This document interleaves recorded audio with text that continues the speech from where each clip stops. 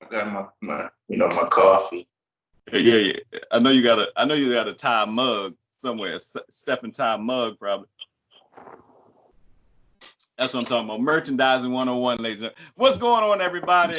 Welcome to another exciting episode of Meet the. I am Troy Rawlings, and I have the pleasure, and you hear me saying pleasure a lot. And I know a friend of mine was like, so many dope people, so many people I interview, I don't know, but they're people. I love people. But this brother and his wife, I've known for at least 25 years, I think, 24 years. I think we met in 95 or 96 initially. Yeah. And from where are you originally from? Well, let me do this. His middle name could be for the culture. He is a Renaissance man. Him and his wife created clothing brand. They created a brand just off of them. They are the Dolce and Gabbana of the Afrocentric African American community. They fly for no reason. Ty, when he first walked up in the barbershop, in Marvelous Cuts Barbershop in Baltimore, Maryland, if he walks up anywhere, people are going to stop what they're doing and say, okay, where did you get the hat, the shirt, the jacket, the pants, the shoes? And he can honestly say, oh, we make all this. So without further ado, the Renaissance man for the culture, my man Ty. What's going on, brother? Hey, good morning, Troy. How you doing, man? Amazing, man. It's great to finally us to finally catch up. It's been, we've been talking, but it's been years. But I want to jump right into it because we could talk for 2 hours. And so him and his wife Steph, you have a clothing line. We were talking yesterday just about the 90s. But to now, you two have been together, I guess going on 30 years, and you've been doing business together about 30 years, if I'm not mistaken. Yeah, almost 30 years, 28 years. We're actually celebrating our 28th anniversary, August 3rd. We started Stef-N-Ty in 91, so 29 years for the business and right. 28 years for marriage. A long time we've been, together doing this as a couple. So, well, let's go all back. Where are you originally from, T? Oh, originally I'm from Houston, Texas. Okay, yep. Okay. So how did you migrate up to the DMV area? Or how'd you get up? Where'd you go before you went to the DMV? Well, first I started out in Atlanta. Okay. I left Houston, moved to Atlanta, and I was in Atlanta for a minute. Didn't quite like Atlanta. Actually, I did 2 stints in Atlanta. First, I got to Atlanta. I got homeless. I got homeless. And then, I ended up going back to Houston. I tried it again. I said, well, maybe it's me, So the second time I went to Atlanta, I went with a job. And so I was like, okay, now I got a job, yada, yada, yada. But I still didn't like it, And at the time, I was a correction officer in Atlanta. And I wasn't feeling that at all. And so I'm like, you know what? Let me go somewhere else and try something else. And so I left Atlanta and moved to DC. And, that's where I met Steph, when I got to DC. Now, you were always, what was your first passion? Because, like you said, you were always into having your own business, even though you work. What was your first passion in business? How'd you know you wanted to do your own thing? Because once you got to DC, I think you were already selling your oils. You had other things you were selling already.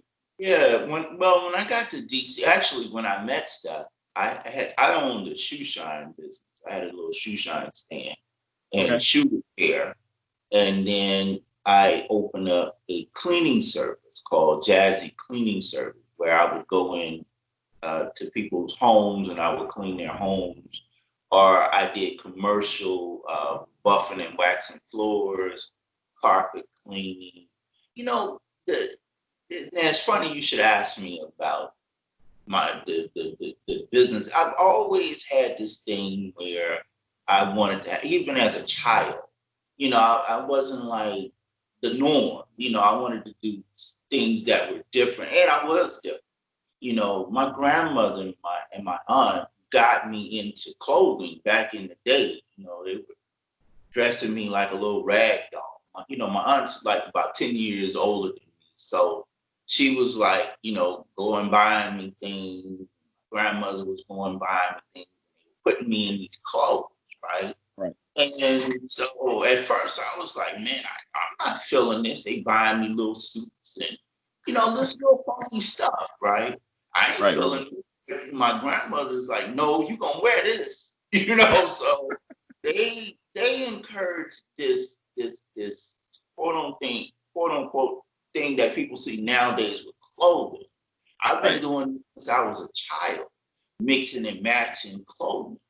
And so clothing has always been a passion, but I never thought about a clothing business or taking it any further. I just knew I was different than the norm, and I didn't want to look like other people. And so, when I met Steph, and Steph was making clothes, it was like a natural fit. Wow, this is real interesting, because I'm like, man, this sister's making clothes. I know a lot of people, and how can I help? Help her. Give her another little nudge, because she had went through this, and it didn't work out. She got burnt out, and she didn't want to do it no more. And when I came along, I'm like, well, I'll help. I don't know what I'm doing, but I'll try. I did marketing in school, and I'll try, and that's what I did. I have her make stuff. I was her muse, and she would make things that I would ask her to make for me. And when I would go out into the world, into the streets, cats would be like, "Man, where you get that?" And I'm like, "From my wife." From my wife. Yeah. And then I started selling to the barbershops, beauty salons. People just on the street. I have had cats buy stuff right off my back in DC, and that's kind of where it started. Let me explain to y'all. You're talking about, and I want everybody to hear this. I want to interject right here, because, like I said, we're gonna rock out. We're gonna be here. You grab some coffee or something. We're gonna rock for an hour. If this is on IGTV, you gotta go over to YouTube to watch the whole thing. We're gonna be talking for a minute, because I don't like to date these interviews, but we happen to be in a dispensation of time. This is July 2020. COVID-19, quarantine, uprising. People's businesses are shut down. People wondering how they're gonna make it. And you hearing this man say that he met this woman, identified that she had skills, and said, "You know what? Yeah, I'm a hustler. I'm a businessman. I'm this, that, and the other. But how can I help you?" He became a servant leader to the woman that would end up being his wife, and said, I'll go out and promote your product. Some of you don't know what you want to do, but you know somebody that's crushing. Black-owned business, whoever they are, human, because you'll see the Ty-N-M brand is worldwide. It's not just for Black people, but it's definitely for the culture. Don't get it twisted. So some of you don't know what you want to do, but you have skills that the business person may not have. That's how it grows. And when I tell you, he is not lying. Back in the day, if y'all saw me with the painted on blazers when I'm hosting, Stef-N-Ty. When I had the linen burlap on, Stef-N-Ty. When I have a fly hat on to the side, Stef-N-Ty. All the stuff. So, all right, so you're in the DMV, you're doing your thing. And barbershops and salons, he was the pulse of the community. I want to jump a little bit, because somebody may be watching this, and for my directors and my playwrights and stuff like that, there's a story here that's relevant to now, so you might want to get in touch with Ty. So I don't want to jump totally out of DMV, because I know you learned some powerful things there, met some powerful people. But you guys got together and you went to New York. Mm-hmm. Yep. So in the early 90s. Yeah, right after we got married, which we got married in '92. Um, Steph had been talking about New York. I mean, when I met her, she was talking about, one day I want to live in New York, you know, and try New York. And I'm like, okay, well, let's go. And the first time I said it, she looked at me like, no, I don't know, yada, yada, yada. I said, no. I heard it for the second time, and I was like, you know what? Let's try it.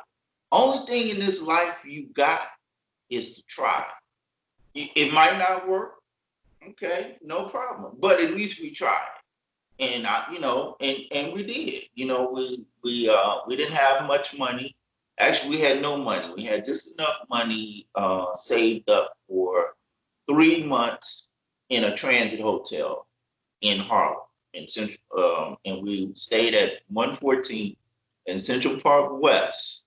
Um, we ran out of money, so we had to get jobs. And at that time, we didn't bring, our sewing equipment because we are in a hotel room.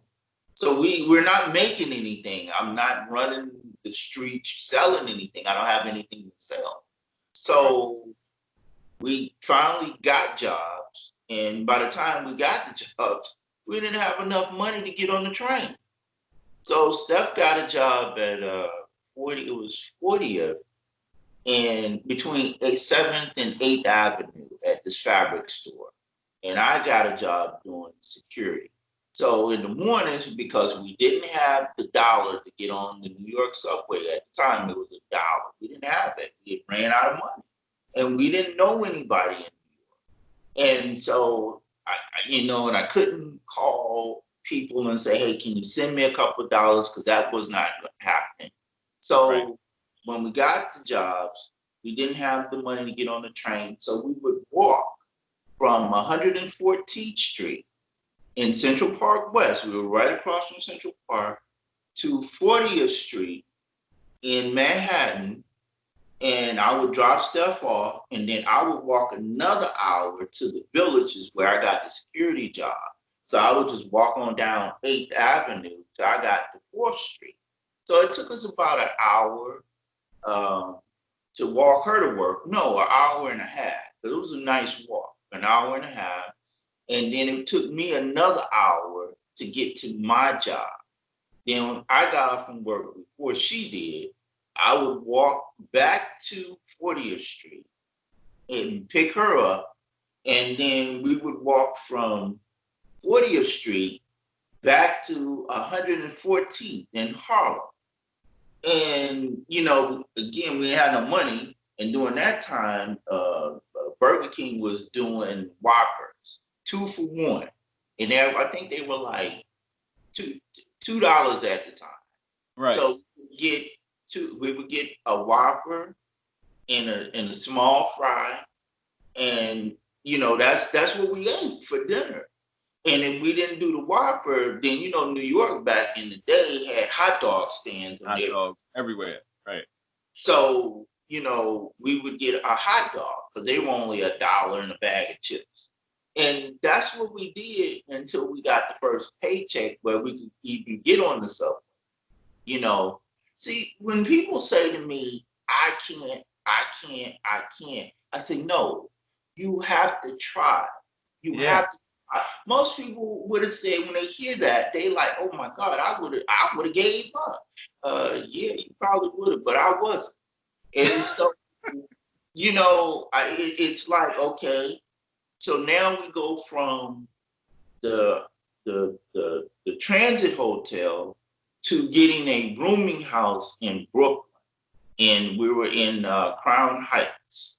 And so when we got into the rooming house, we had gotten enough money up to where because we had put everything in storage in Maryland. So I went back to Maryland, got a U-Haul, got all of the sewing equipment out of storage so Steph could get back to sewing.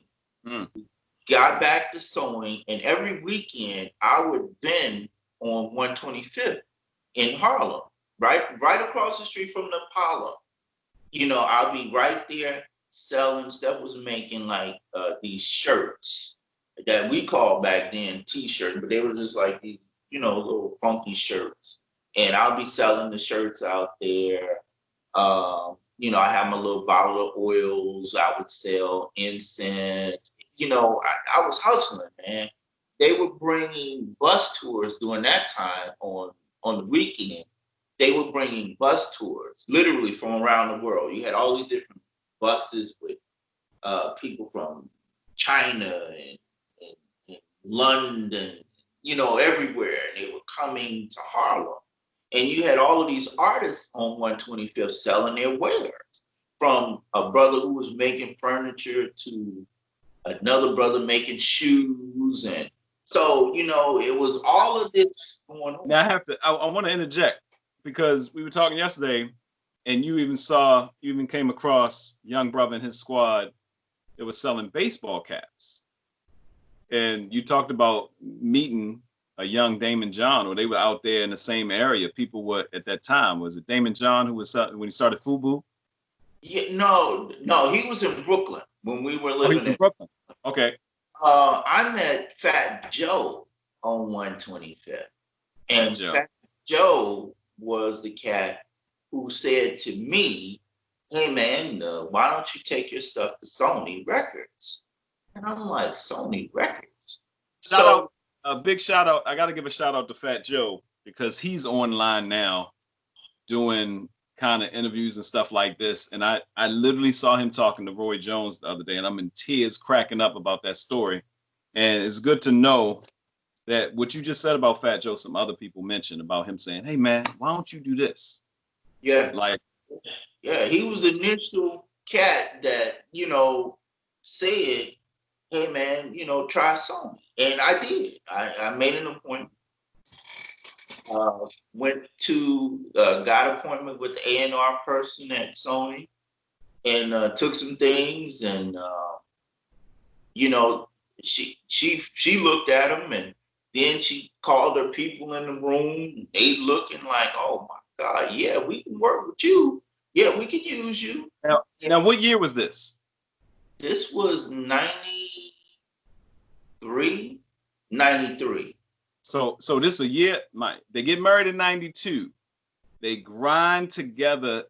It's only y'all in this kind of time. It's a year's time. Next thing they know, because they didn't quit, they're in Sony. Yeah. Yeah. So from there, we got connected with everybody. We did the album cover for Alfonso Blackwell. We got connected with Busta Rhymes people, Salt and Pepper, Tretch from Naughty by Nature, the group For Real back in. Just so many people. Then we were living, by this time we had moved into Fort Greene, and you got Spike Lee in the neighborhood, you got Will Downey, you got Janae, you got Erykah Badu, you got Lauryn Hill, you got X-Clan, Mos Def, Talib opened up a bookstore. Glory.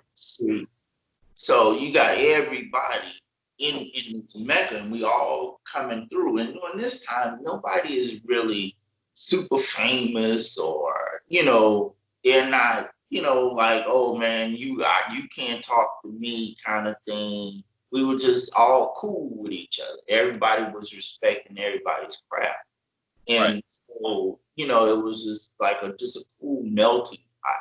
I got a chance to meet John Singleton, talk to him about one of his movies, Us Doing the Clothes. We did Lawrence Fishburne's White Clothing. We got connected with Living Single, doing some things for T.C. Carson. We were the first Black couple to be on the cover of New York Times. It had never been done. We did that. We did the first Essence eyewear ad in 93. Essence had just dropped their first eyeglasses, and they contacted us about doing the clothes for the model. So we did that. We worked with Tyson Beckford, actually through his company, which was Judy Jameson, that had the company, modeling company. You know, the what's his name's mother from Khadid Hardison's mother. Oh, wow. And she had Tyson Beckford on her roster. So we got to do, what was it, YSB with our clothes and him wearing the clothes. Then we did, we did the American Express commercial with Stevie Wonder. It was me, Stevie Wonder, Ernest Dickerson, who shot it. Yeah. Now that was a treat, man, to be in the studio with Stevie Wonder all day. That was just, oh man, then I got the chance to hang out with Roy Ayers and kick it with him all day. I've been in the company of so many people, you know. So I wanna fast forward a little bit, just a little bit. So you're in New York, y'all are doing your thing, and you come back to the DMV. Did you have your own shop in New York, or you didn't open your shop until you came back to Maryland? No, well, we had a part. We were sharing the shop in New York with another brother and another sister. Actually, the brother who we were sharing with, his shop was called Chris Creation, and what he did was he did a line of bags. He did a line of funky bags, and we had at that time Steph was only doing men's clothes. So we had a section in front of the store. This was in Brooklyn on Vanderbilt. Actually around the corner from Vasquez. Vasquez lived around the corner, John Vasquez.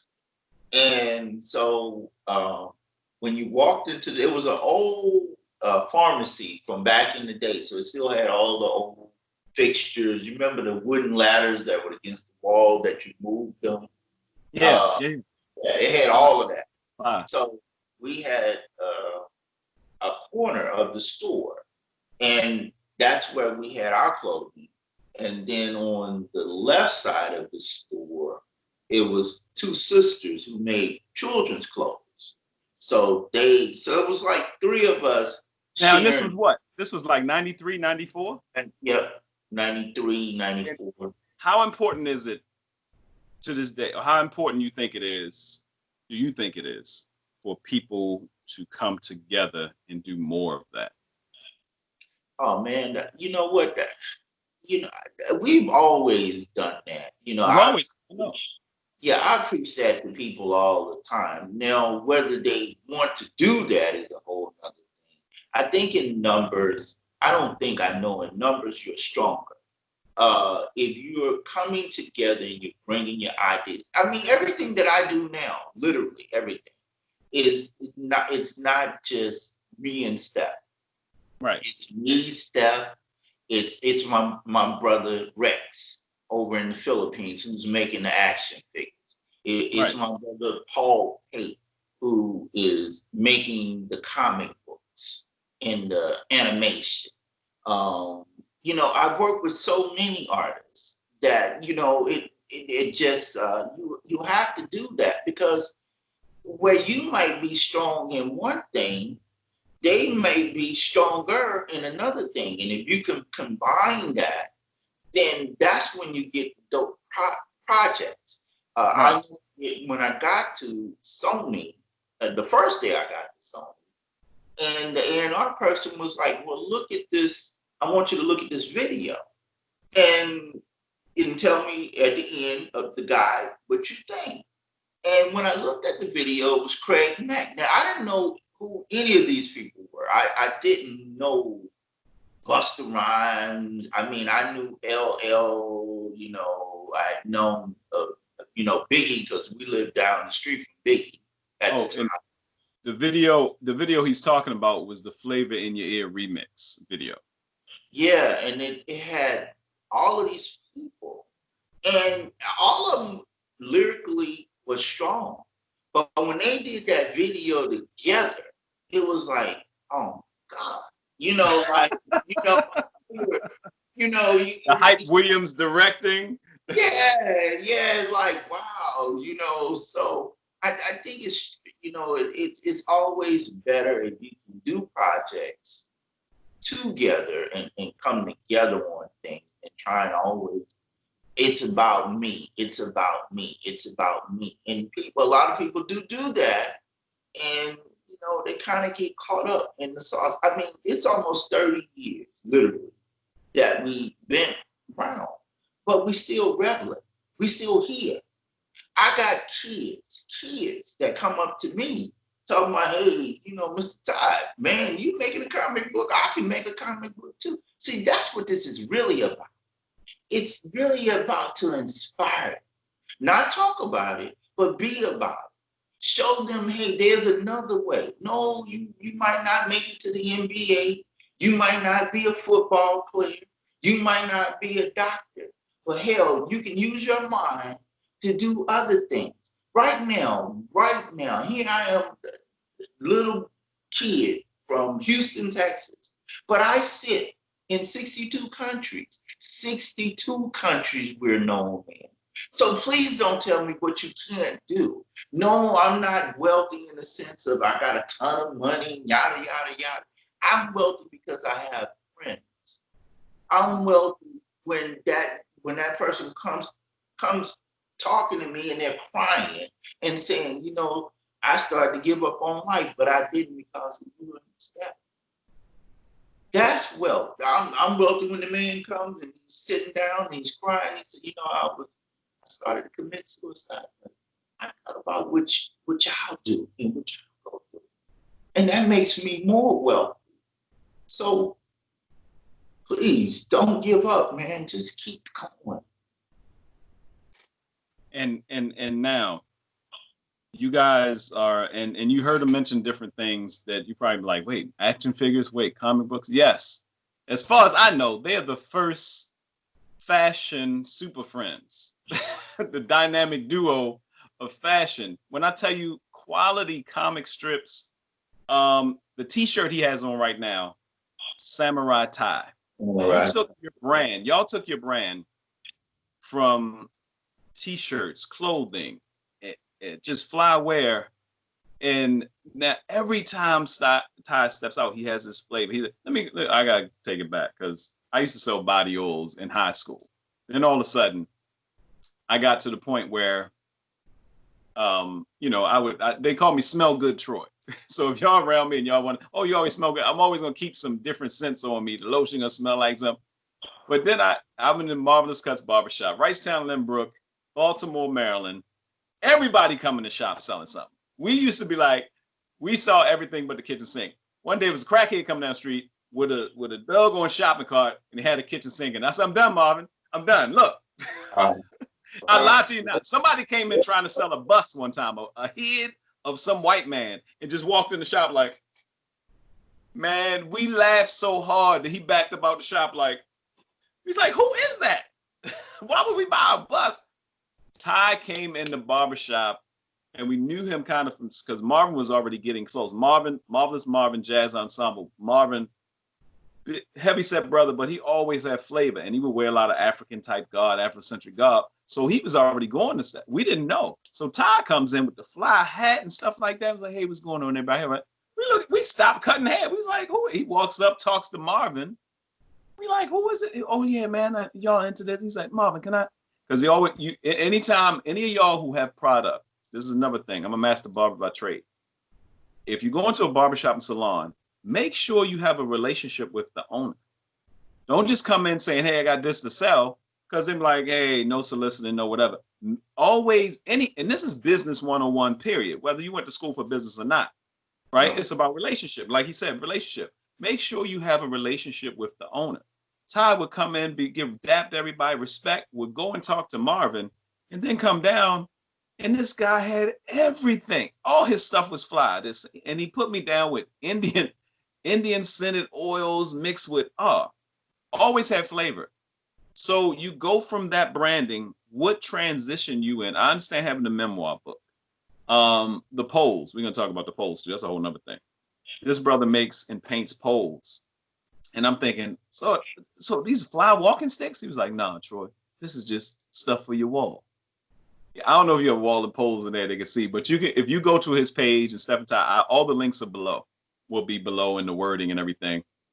Amazing. What in the world got you on the tip where you said, I want to make Samurai Ty. I want to make a comic strip?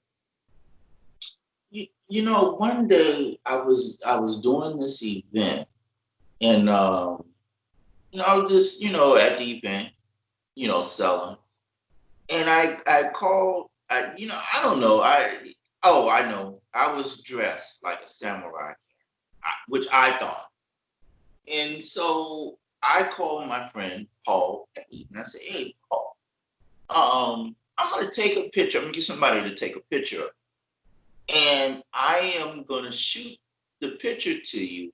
I want you to take a look at it and see if you can, you know, make a cartoon of me dressed like a samurai. And we'll call him Samurai Ty. So that's what I did. I got somebody, took a picture, I sent it to Paul. Paul did his thing, his drawing skills, made me look like a samurai character. And so that's how Samurai Ty came about. Then the next thing for me, because I'm always trying to, you know, keep it moving. Right. I'm like, well, shit. Let me make the samurai character into an action figure. So I contacted my friend in the Philippines, Rex, who is a toy manufacturer over there. And I said, hey, can you do this Samurai Ty character in an action figure? And he said, sure, Ty. So I sent it to him. He did it. He got it back to me in like a couple of months. And then from there, you know, just last year, I decided to go ahead and do it in a t-shirt. And actually the company that does the t-shirts, they're located in Chicago. They're called EBTs. And the young man, you know, saw it, and he was like, yeah, I can do that into a t-shirt. And so we, you know, took it and made it into a t-shirt. But Paul also came back, and it's also an animation too. I have a cartoon of it, and did a cartoon of Samurai Ty. Last week, I had totally forgot that I had bought Afro Samurai, which was RZA from Wu-Tang Clan that did Afro Samurai. And I had the thing because we're moving, and I, you know, found it, and I'm like, oh, I forgot about Afro Samurai. Well, RZA did this in 2000, so we're talking almost 20 years ago.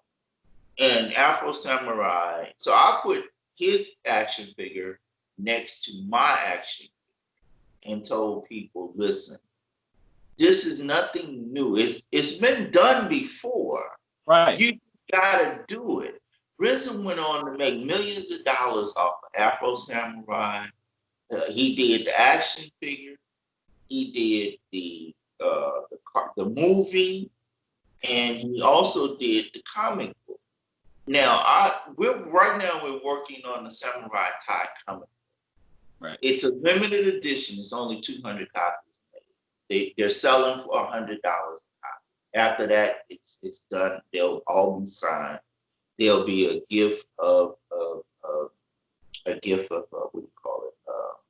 Certificate in the comic book. And you know, I'm launching the comic book in Tokyo. That's where it's going. My next move is to go and get Samurai Ty done in Tokyo as a little movie, you know, and I can get it done there because that's where RZA got Afro Samurai done in Tokyo. And so, I'm just working on my version of my character of Samurai Ty. And Samurai Ty is getting a lot of stride these days. It's a phenomenal piece. I gotta say this because now, and we'll jump. I kind of jump. I do a Larry King meets Quentin Tarantino, so I jump ages and decades and time travel in the interview. But so I got to stop here because there's somebody's watching this. There's a cartoonist. There's an animator. You're in Los Angeles. You're in Atlanta. You're in Houston. You're in Vegas. You're wherever. You're in Baltimore. And you've been talking about doing a comic book. You've been talking about doing an animation. And this brother is just a businessman, a hustler. Him and his wife already have a number of branded things, and they can look around and still say, why don't we do this? Well, why don't I do that? Or he comes to his wife with you got a partner who is a real partner, even if you're not married. If you have a partner, business partner, whoever, and they believe in you, and they look at you, it's like, do it. Because at some point in time, from the Stef-N-Ty and Stef-N-Ty mugs, that whole imaging, the cartoon, everything, your brand is everything. If you haven't learned anything by this dispensation in time, you need some merchandise. Ty, me and Ty can sit down and talk, and it's you always see me in certain interviews. You guys will see me look down and write. I'm writing. So if you don't have a pen and a pad, because this is a master's class. This is a master's class of somebody who's had 30 years, who's worked with some of the most famous people in the world, who's working around the world currently. And now you guys are in Detroit now. You guys are in Detroit, right? Yeah, we live in Detroit. Yeah. So he's in Detroit. He's bringing it to a whole nother place. How did you guys end up going to Detroit? What made you say, okay, let's go to Detroit? And I know you have been doing the hats for years, and I think Detroit is a hat town. Oh yeah, Detroit, Chicago. Well, we had been selling in Detroit since the early 90s. When we were in New York, we met this brother who had a store in Detroit. And so he came to us, bought some things for the store here in Detroit, and called us back in about a couple of days because the things that he bought, he sold right out.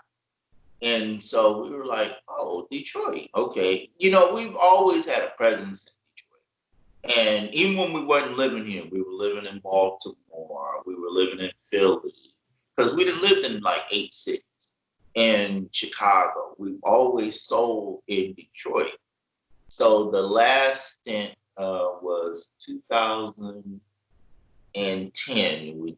We were back in Baltimore. We left Baltimore, went to Philly. From Philly, we moved to Chicago for a couple of years. Left Chicago because it was just, too cold for Steph. Went back to Baltimore, and the Baltimore thing was not working. Yeah. And kind of like what you and I was talking about yesterday about having that glass ceiling. Yeah. It wasn't big enough for us and what I wanted to do. And so I met a young lady here, and she was like, you ever thought about living here in Detroit? And I'm like, no, I never thought about living in Detroit. I mean, I came to Detroit, sold my goods, and I liked the vibe of Detroit, but I never thought about actually moving to Detroit, the Midwest. Even though I'm from Houston, I kind of grew up on the East Coast. So I'm a little partial to that grind, that East Coast grind. There's nothing like it in the world, because when you come out of the East Coast, you can't literally deal with the world. If you can make it there, with that, you literally can make it anywhere. And so I didn't think about it. And then I came back. I told Steph, I said, I think I might try Detroit. I'll put you in Philly, and I'll come to Detroit and see how, what I can do. And Steph was like, no, you ain't gonna leave me no Philly. I'm coming. I was like, okay. So I'm like, okay. And when I first got here, a friend of mine had a building, and the building was basically a shell. It was non-livable, but he lived in it anyway. It was, and so when I got here, I didn't have no money, and so he said, "Well, you could stay with me." Well, it had a toilet, but it had no way you can shower in it. I mean, literally, we were like living In a in garage. a building. It was an abandoned building. And so in the mornings, we would get up, and this is 2009. So this is how bad you have to want this in life. And here I am, hey man, I done been to New York, I done been here, I done been there, and I had a couple of dollars, and now I have nothing. And I'm living in an abandoned building with him for a week. Now my wife is in Maryland, and my main thing is as long as she's safe, I can handle this. And so, I stayed with him, and I ran around Detroit, and I ran to Chicago, got up enough money, and I had saw this loft. And so, I got up enough money to get the loft. And I got the loft. I went back to Baltimore, got a U-Haul, got Steph, packed up all. I had my friend Marvin come help me pack up all that stuff. And we drove into the sunset to Detroit in 2010. And it's been a really good move. I mean, here I'm able to do the things that I want to do, and not be so um, burdened with a lot of, well, we can do this and we can do that. I'm kind of like in my own world. I just gave up my retail space for 3 years just to have a peace of mind so I can work on my projects. Because a lot of times you get caught up and, people think, you're a public figure. They have access to you. Right. And a lot of times it's just a bunch of talk. Oh, I just want to be around you because you working. You make me feel good. But you can't get work done like that. Right. You just can't. And so now I done gave up all of that to just work out of the home. Because now, and with COVID, it really pushed it. Nowadays, everything is online, literally. So I don't need the space and people and coming into the space. And I did the space, mainly Steph and I did the space to also incorporate other artists. Now we're going back to what you were talking about, the Right. working together. There's so many artists. I mean, I've been fortunate to have people to look out for me. There's so many artists that don't really have a customer base or client base or anything that people can come to them. So with the store was kind of like, if you wanted to see something new and fresh, then go to Stef-N-Ty because they're going to always feature some different artist doing something. We've had everything from the shoe store, from shoemakers to jewelry makers to doll makers to quilt makers to cheesecake maker, sister that does really good cheesecakes. I mean, literally, we had wine makers. I mean, you name it, we've had it come through the store. Right. And so now, because I've been asked to come to Japan, and I've been asked to come to Spain, I've been asked to come to London and Amsterdam to work with some people there.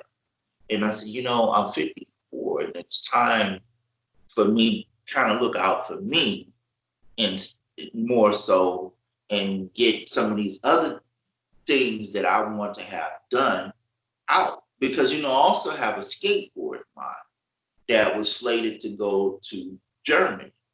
And I kind of put that on the back. And then I said, well, not only are we going to do the skateboards, we're going to also do the Stef-N-Ty surf. And people are like, what? I said, yeah, I got a surfboard coming up with me and Steph on it. I got a skateboard with me and Steph. And it blows them away because they're like, man, these people. Now, who came up with that design? Because I love the design of you and Steph. Definitely looked like one of those 70s cartoon exploitation. Who came up with that whole 70s soul look for you and Steph's script? That was Satoshi from Tokyo. So I contacted Satoshi is one of the leading graphic artists in Japan. And I've always admired his work. And so one day I hit him on, I say, hey, Satoshi, is it possible you can do me and stuff, in one of your graphic? And he said, Ty, I would love to. And he hit me back. He said, well, I'm going to do it in a 70s style. I said, whatever you do is cool with me. I don't care because I just love your artwork. And that's what he came up with. And then the other logo, because there's a couple of logos. My son did one of the logos. And then there's another logo with me and Steph on the skateboard. It was a local artist here in Detroit that did that logo. It's kind of like me with the scarf on, and I got a because everybody knows me for hats. I got a little funky hat on with some funky jeans. He did that, and the skateboard person, Dave, did the engraved in wood of me and Steph on the skateboards. And then the next stop is going to be the surfboards. I don't know. I've never seen a black couple on a skateboard. I've never seen a black couple on a surfboard. Yeah, I've never seen a black couple on a coffee mug. But we've done we have done it. So, I just put up a posting yesterday. No, not yesterday. Last week. And it goes like this. What legacy are you going to leave behind? And whatever comes out of my mind, I have $1 million ideas. I literally do. Whatever comes out of my mind, I am trying to get with the individuals who can visually put it out there. Take a minute and say that again. Whatever comes out of your mind, you're trying to get with the individual. Russell Simmons, when I first launched Ghost Host Entertainment, you met me in the barbershop. I was cutting hair. Mm-hmm. I was doing my thing, but I told you, we talked about this the other day. I'd be cutting hair, and some people in the barbershop, or they'd I don't know, page me or they call me on the regular phone. Troy, do you know a musician that can do? Yeah. Let me go through my book. Troy, do you know a mechanic that can do it? Yeah. And Marvin was like that too. And that's where I really got it. But the connection, my apprenticeship, and I got to give flowers to people when they're alive. And me and Marvin going to talk. I got to interview him too. But there was a brother at my church that heard, I told him that I wanted to do barbering, and Ron Thomas Barbering School had closed. He knew Daryl Queen, hairstylist, been around for years. Daryl would always wear the African garb and different things. Daryl got some stuff from you guys too. Daryl Queen, who was a hairstylist and a martial artist. So he's, what I'm saying? He was a hairstylist, married. His wife worked at the salon too, and Daryl was a martial artist. So, and Daryl met me and said, I'm going to put you with Marvin. Marvin's looking for another apprentice. I apprenticed under Marvin. Even though I had went to barbering and Kai school, I apprenticed under him. He brought me right in, started training me, realized I was funny, realized I was doing some stuff with music, and had me start hosting his Summer Breeze jazz concerts. And the gear, the professionalism, the smart, it was an apprenticeship. It was partnership. It was And you're saying something that Russell Simmons said too when I first saw him. And he said, look, I have a bunch of people around me smarter than me. I'm smart enough to hire people smarter than me in some area. Yet we have a lot of brothers and sisters in all demographics and all races who think, okay, I can do it all. And you might be able to do it all. But what happens is you cut off, what they say, the old saying, cut off your nose to spite your face. You literally cut off the opportunity because you may be able to do it all, but the other person who's proficient in it knows people you don't know. How about that? How about that? And that's a reality. That's a reality. And, I learned that. Actually, I learned that through Brooklyn years ago. Because, you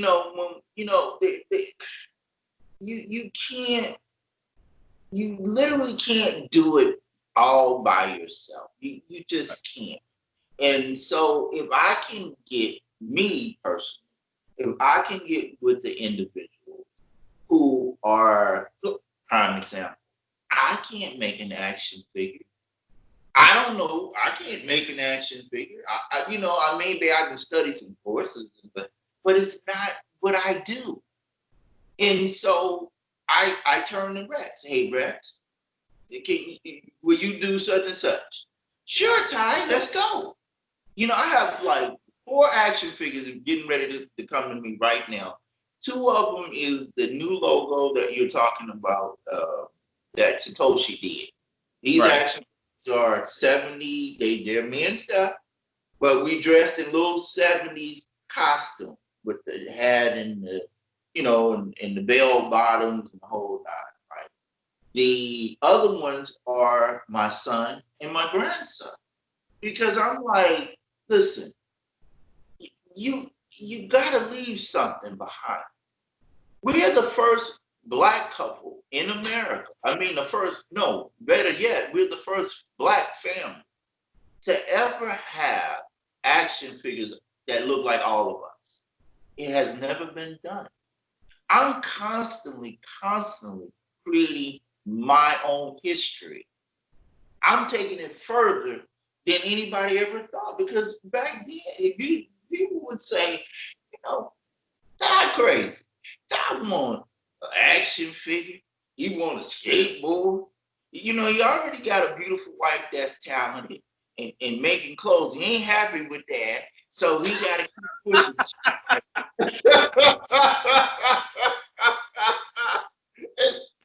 He happy with you, Steph. He happy with you. He ain't leave you in Philly. No, that's what they say. Todd want a Stef-N-Ty play. Todd want a memoir book. Now them same people come back and say, damn, Ty, can I work with you? You done got all of that. And more. And more. And you know what, Troy? People say all the time, if I only had this amount of money I can do, I ain't got no money. I ain't got no money. My strength in here is my money. My strength to say, hey, you know what? Okay, let me find somebody who's willing to do this. And we take it from there, because you can't focus on the money, because the money comes and goes. Money comes. But you got to look at it like, I'm doing this for the love. I'm doing this from my heart. And you always have enough. You'll always have enough. And so, I like now, I wanted, I had it on the back burner. And I was telling you yesterday, I wanted to do the Stef-N-Ty stage play. Right. My friend Tyrone, back in the day, was the bus driver for Shelly Garrett. I remember one of the Shelly Garrett, Steph and I had just got together, We weren't even married yet. And Shelly Garrett was in DC. They were going to play. Ty called me. For those that don't know who Shelly Garrett is really, along with some other people did some amazing things, but Shelly Garrett, when he did Beauty Shop, it became without Shelly Garrett doing Beauty Shop, and I say this loosely, there probably would have never been a David Talbert or a Tyler Perry, because No. he set up with that play the platform, the template, pretty much, for Black dramedy, gospel, funny stage plays. Yep. And Shelley Garrett ran the gamut, and Beauty Shop became uber successful. So that's who Shelley Garrett was. That's what they were in town doing, Beauty Shop. And, you know, they were just the cast that came over to the crib. And then, man, we were having Thanksgiving. We had cooked Thanksgiving dinner. And those guys were so funny, man. I'm like, yeah, so what, you know, later on we went, you know, to the play. Later on in life, when I got to Baltimore and we had the store on Howard Street, David Talbot comes into the store. Now, I don't know who David Talbot is, right? Right. So him and his cast came in and, you know, he was just kicking it with me. And then he's like, yeah, I'm David Talbot. Oh, David Talbot, okay.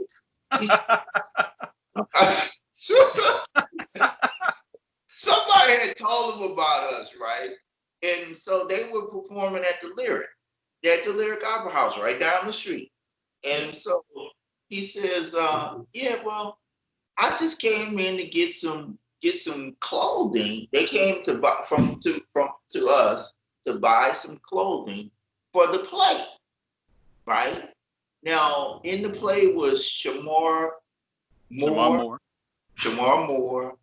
Clifton Powell, I think Melvin Moore was in that play. Yeah. But he got clothes, you know, for the play. And man, that day was so freaking cool. And I'm like, okay, David Talbot, you know, and then later on in life, I find out, oh, he's a playwright.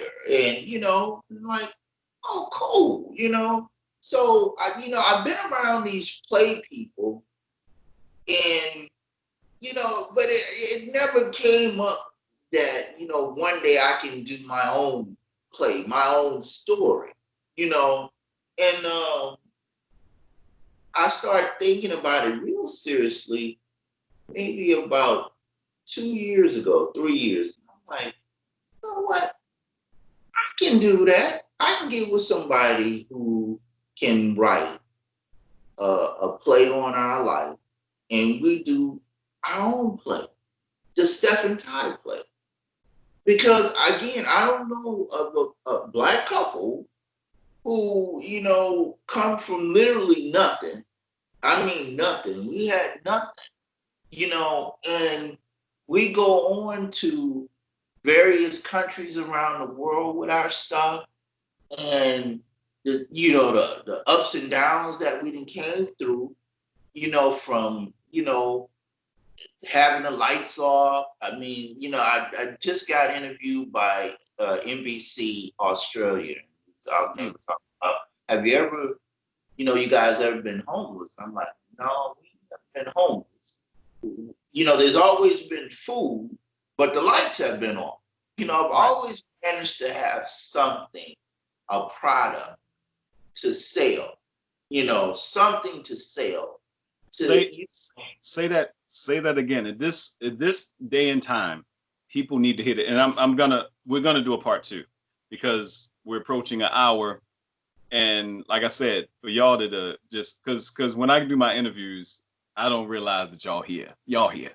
but me and Ty can talk for hours. But I need you to say that, and I want you to wrap this up, because we talked about this. There's some playwrights out there. There's some directors out there. We're in a time when, folks, if you're making content, a lot of content is going to get greenlit because a lot of stuff was stopping. But Stef-N-Ty, an American legacy, has to be done, because this is, you could make them any race in the world, and everybody needs to hear this story, because they are a living example. And they gave you, in this little bit of time, this small hour, Ty has given you so many, dude, you've given me, and I don't know where my interviews, I keep saying, when I interviewed Will Downing the other day, phenomenal interview. I interviewed Paxton Baker, phenomenal. And you just take it up another notch. And I know you. And you're inspiring me doing this. Like, everyone in the world needs to hear this right now.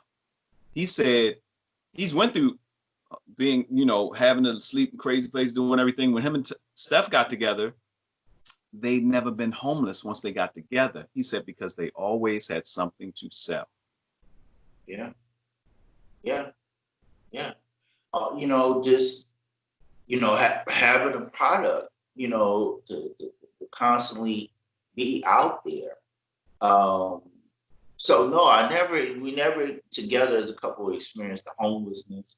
Like I said, we've had the lights off, and I've been managed to get up, the money with having a product to go out, sell it, come back, call the light company. Can you please turn the lights on now? Here, I have your money.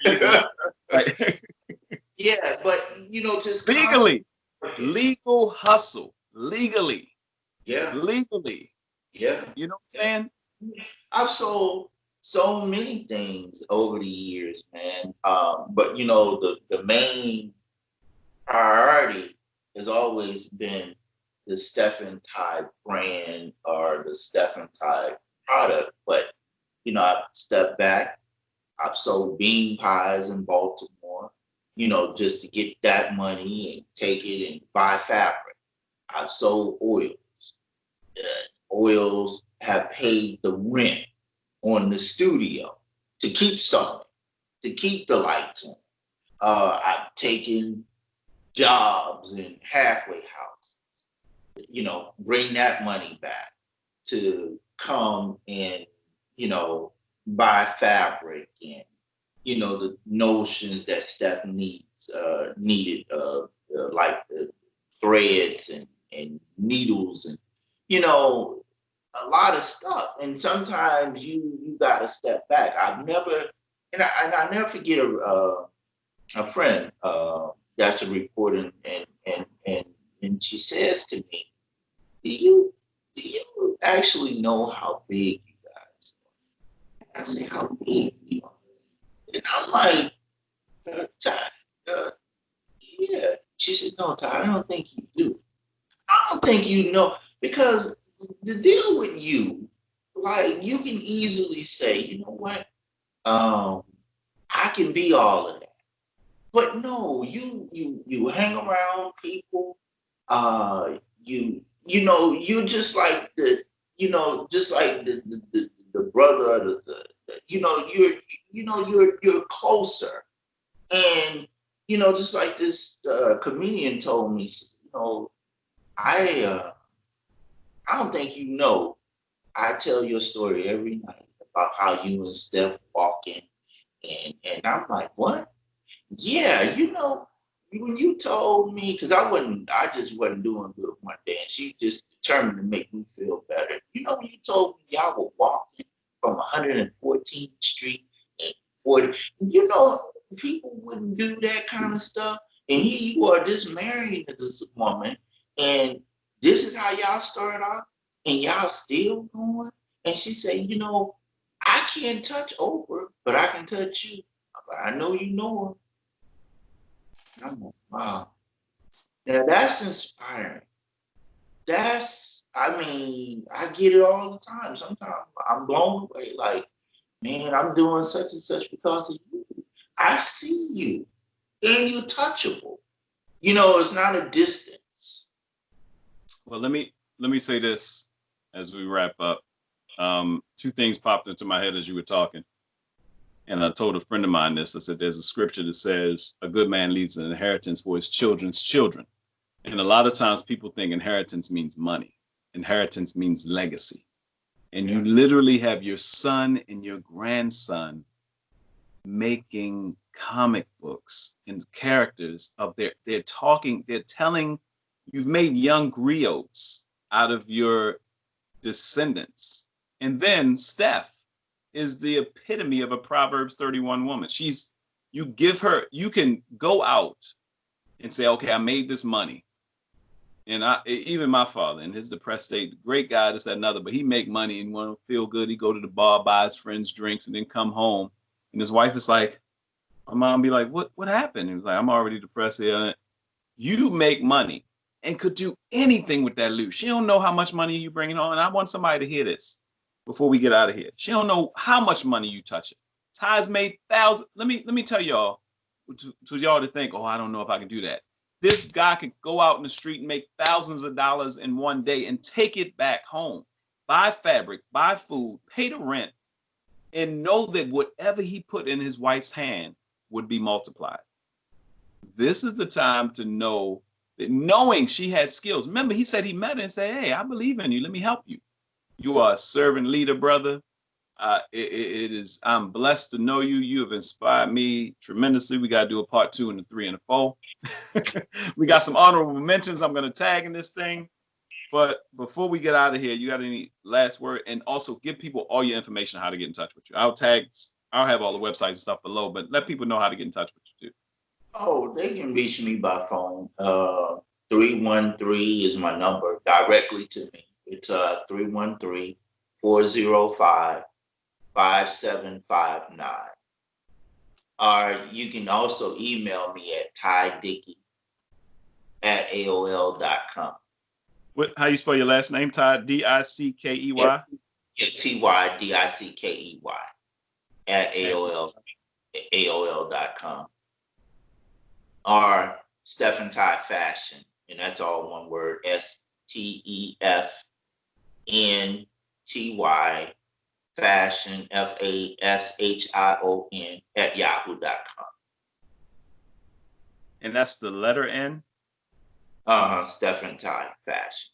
Is that the letter N or the word N? Oh, the letter N. Fashion at AOL.com. Uh-huh. And of course, I'll tag for those on IG, I'll tag you. I'll put all that stuff below as well. Any last words for today before we'll hit up and do part 2 another time. But any last words for the people before you get out of here? Yeah, man, just work on your dream. Just try it. You have a dream, just work on it. Just constantly work on it, and just don't give up.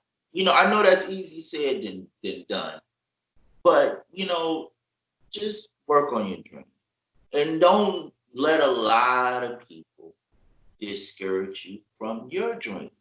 People will say to you all the time what you can't do in life. Oh, you can't do that. That won't work. That won't work. Don't try. Yada, yada. And it's like every now and then you'll run across one that say you can do that.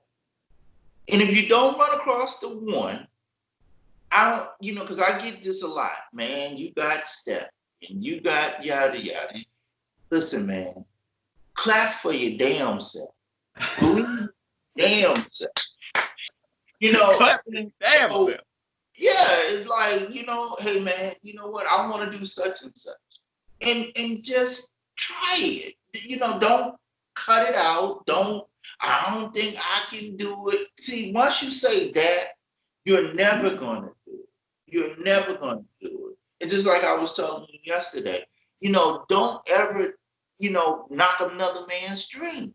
I was just telling you yesterday about how we had a sit down with Casual Cal from the Universal Soul Circus. And he said to us, I want to start a black circus. And me and Steph looking like, huh? Because we didn't understand. He wanted us to work with him to make the clothing for the acts in the circus. The circus went on to do astronomical wealth. And, he retired. And like I said, sometimes when you don't understand someone's dream, that's not for you to crush it. Just, I don't understand. And that's cool.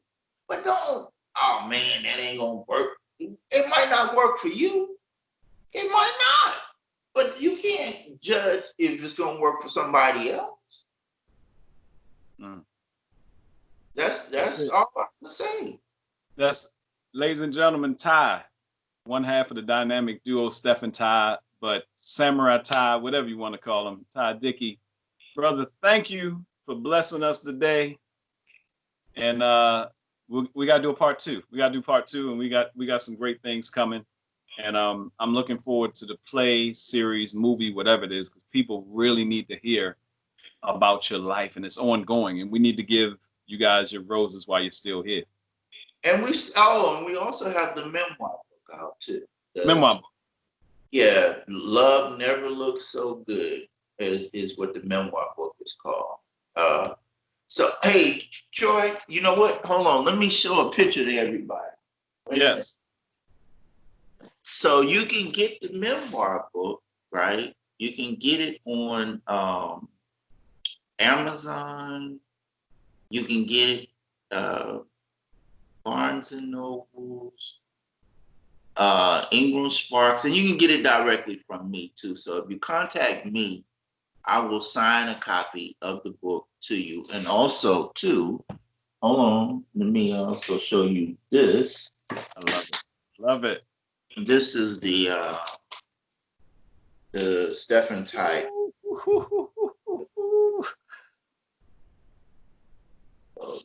You want to inspire your children, your family, everybody. Get your stuff. Stef-N-Ty Fashion Fighters, and Love Never Looks So Good. Come on. Y'all playing games. Y'all saying y'all can't? Hey, it's just a word. It's just a word. I love you, brother. I love you too, Troy. Thank you. Thank you so much for having me on. Oh man, this is my pleasure. It's my pleasure. I gotta, man, thank you guys. You just inspire me continuously. It's time for me to bone up my gear. So I'm gonna be looking at your new catalog. I gotta get some hats. You see, I'm here now. See, he's been seeing me wear every hairstyle in the world. Now I'm ready for the hats. Oh yeah. Yeah. I'm in Los Angeles, so it's got to be. I'll do some of the smaller, lighter weight hats. I'm gonna have to hook up with you guys on the surfboard and the Los Angeles gear thing. We're gonna be talking. Oh yeah, yeah. Well, yeah. LA is a place for surfing. Wow. Yeah. Well, we'll talk more about that later. Y'all, if y'all want to do some stuff with Ty, y'all gotta get in touch with him yourself. Yeah. Okay. Thanks. Well, thank you, brother. All right. Appreciate you, man. God bless. Okay, you too.